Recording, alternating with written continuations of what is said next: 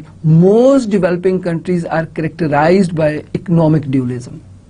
A high wage, capital intensive industrial sector coexist with the low wage traditional sector. آپ کو یاد آ گیا ہوگا ڈیولیزم یعنی کہ اکنامک ڈیولیزم کیا ہوتا ہے, high veg capital intensive industrial sector coexist with the low wage traditional sector. Dualism is important for the trade policy for two reasons. One, dualism is probably a sign of market working poorly. Market failure caused the deviating from the free market. The creation of the dual economy, an economy that is characterized by the economic dualism, has been helped by import substitution policies. Okay. Symptoms of dualism: the development often proceed unevenly and results in a dual economy consist of modern sector and a traditional sector.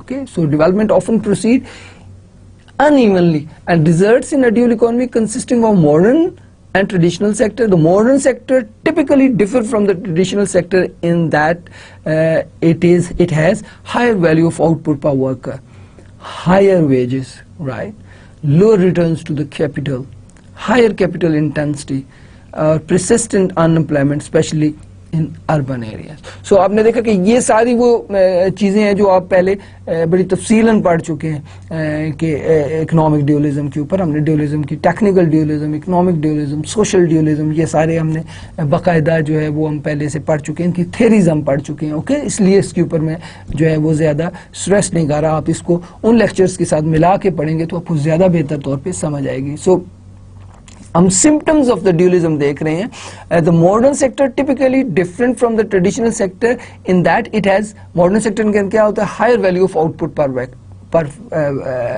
Worker, یعنی کہ marginal productivity of labour high ہوتی ہے, higher wages ہوتی ہیں, یہ بھی آپ کو اچھی طرح سے معلوم ہے. ٹھیک ہے جی, آپ کو یاد ہے فائر اینس کا ماڈل, یہ سارے ماڈلز, رورل اربن مائگریشن کے ماڈلز آپ کو یقیناً یاد ہوں گے.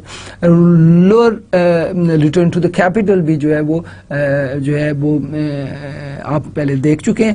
ہائر کیپٹل انٹینسٹی یعنی کہ کیپٹل انٹینسو ٹیکنیک استعمال ہو رہی ہوتی ہے ماڈرن سیکٹر کے اندر, اور جو ہے وہ ٹریڈیشنل سیکٹر کے اندر لیبر انٹینسو ٹیکنیک استعمال ہو رہی ہے. اور آپ کو یقیناً یاد ہوگا کیپٹل انٹینسو ٹیکنیک کون سی ٹیکنیک ہوتی ہے, جس میں پروپورشنلی کیپٹل زیادہ اور لیبر کم لگ رہا ہو, اور جس میں پروپورشنلی لیبر زیادہ اور کیپٹل کم لگ رہا ہو, اس کو کیا لیبر انٹینسو ٹیکنیک بولتے ہیں. ٹھیک ہے جی.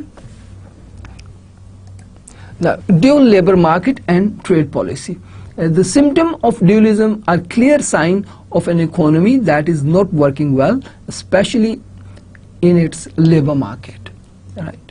So wage differential argument, the wage difference between manufacturing and agriculture is a justification for encouraging manufacturing at agriculture expense, perhaps with a tariff on imports. اب دیکھا آپ نے, چونکہ ڈیولیزم ہے, ڈیولیزم کی وجہ سے ویجز ڈفرینٹ ہیں ٹریڈیشنل سیکٹر اور کیپٹل, اور جو ماڈرن سیکٹر اس کے اندر ویجز ڈفرینٹ ہیں.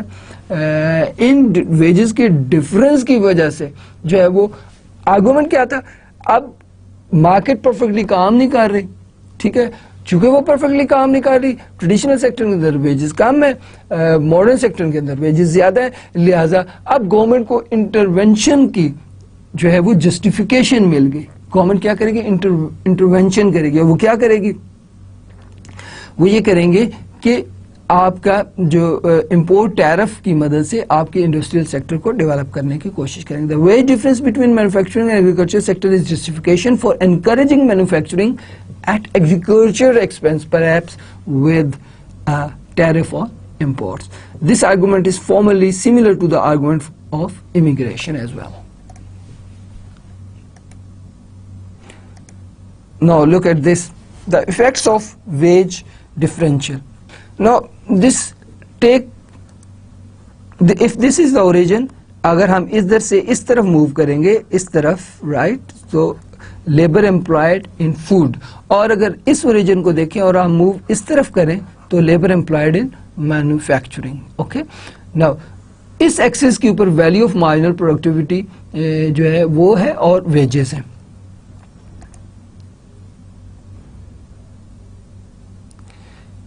Now,